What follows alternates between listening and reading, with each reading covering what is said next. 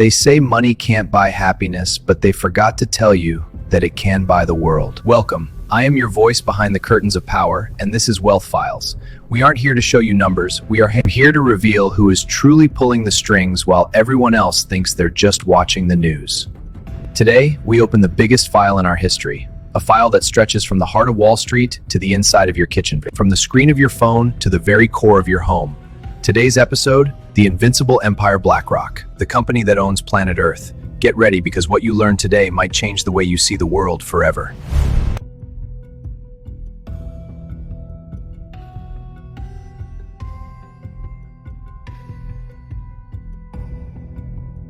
Imagine a single company that doesn't sell phones, doesn't manufacture cars, and doesn't drill for oil, yet it holds controlling stakes in all of these sectors combined.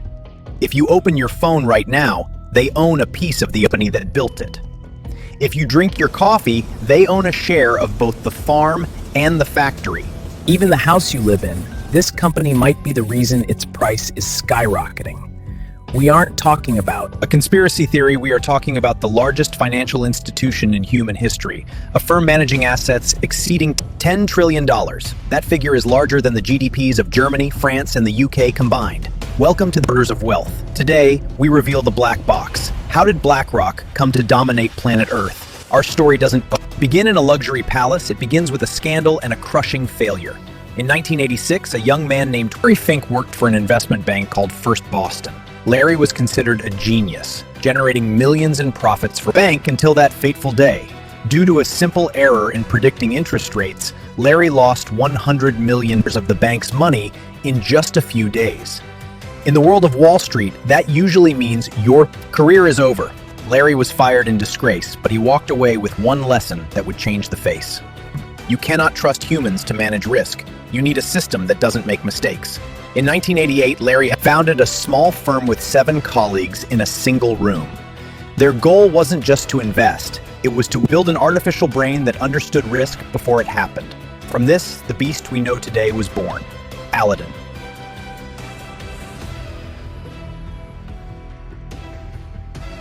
While investors on the New York Stock Exchange battle it out with shouts and phones, a silent monster on the top floor watches everything. It doesn't sleep, it doesn't get sick, and it isn't swayed by emotion. It isn't human, it is a software system called Aladdin. You might think BlackRock is just an investment firm, but in reality, it is the world's largest technology company disguised as a bank. Aladdin stands for Asset Liability Debt and Derivative Investment Network. But beyond the complex name, what does this system actually do? Aladdin isn't just a stock monitoring program. It monitors trillion data points daily. It analyzes weather reports in Brazil to determine coffee prices. It tracks ship movements in the Suez Canal to predict shipping crises. And it reads thousands of news articles per second to gauge trader sentiment. In BlackRock's fortified offices, this system holds records on every piece of land, every government bond, and every stock in the world. It possesses what we call the total view.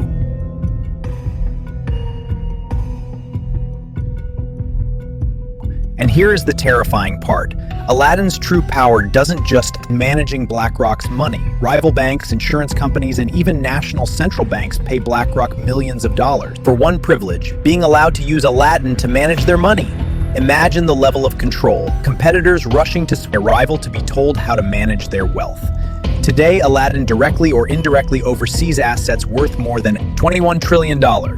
That's roughly 10% of the world's total wealth passing through a single algorithm designed by Larry Fink. I don't worry about inflation as much. I worry about is anemic growth for the next 5 to 7 years. I don't know how we're going to get out of this 2% growth.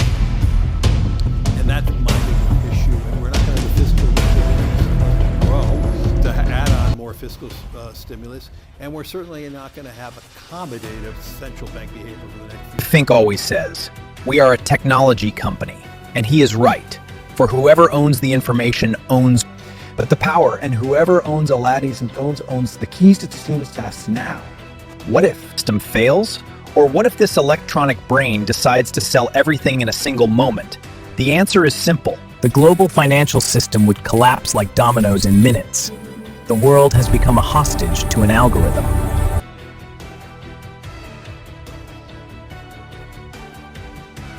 September 2008, the world is collapsing. Lehman Brothers has declared bankruptcy, and America's largest insurance companies are falling like Dominoes. In Washington, top officials were in a state of pure panic. They didn't understand the scale of the disaster. In that critical moment, the US government didn't call university experts. They called one man, Larry Fink. They asked him, "Larry, can Aladdin tell us what is happening and what we own?" Suddenly, BlackRock transformed into the emergency advisor for the US government. The company was tasked with managing the collapsed assets of giant banks. But what was suspicious is that BlackRock was granted billion-dollar contracts without any legal bidding process. They were the only ones who held the map. How can a private company be the investor, the advisor, and the executor all at once? Critics say this was the moment the shadow government was born. BlackRock was no longer just a Wall Street firm. It had become a strategic partner to the state. Some even called it the fourth central bank. The power didn't stop at money. It extended to political influence. Dozens of senior officials in the government once worked at BlackRock. They call it the revolving door. You leave your government post to work at BlackRock, or you leave BlackRock to manage the nation's economy. When the next crisis breaks out, where will BlackRock's loyalty lie? To its shareholders, to the state, or to Aladdin? You might say, I don't invest in the stock market, so how does BlackRock affect me? The truth is, this company is in your kitchen, in your home, and in the air you breathe. Let's start with the biggest nightmare: housing. In recent years, real estate prices have risen insanely. Is it a coincidence? Reports indicate that BlackRock-backed firms began buying entire neighborhoods at high prices, turning the dream of homeownership into a dream of permanent renting. They are buying the housing future of coming generations. Look at your food. If you walk into any supermarket, you are actually buying from only 10 major companies. And in their ownership structure, you will find BlackRock among the top 3 shareholders. They own stakes in seeds, fertilizers, food processing, and distribution. When the price of bread goes up, remember there is an algorithm in New York that decided this was the most profitable path. Then we come to the controversial agenda. Under the banner of environmental protection, BlackRock began imposing conditions on companies. Some say it's saving the planet. Critics see a financial dictatorship. Larry Fink can pull investment from any company with OnePlus. In the end, BlackRock is the new shape of power that doesn't need armies, but data. Larry. Fink built a world entirely dependent on Aladdin. Have we begun living in a world owned by corporations and run by algorithms? BlackRock knows a lot about you. After what you learned today, will you look at the world the same way again? If you enjoyed this investigation, subscribe now, because the journey into the halls of power has just begun.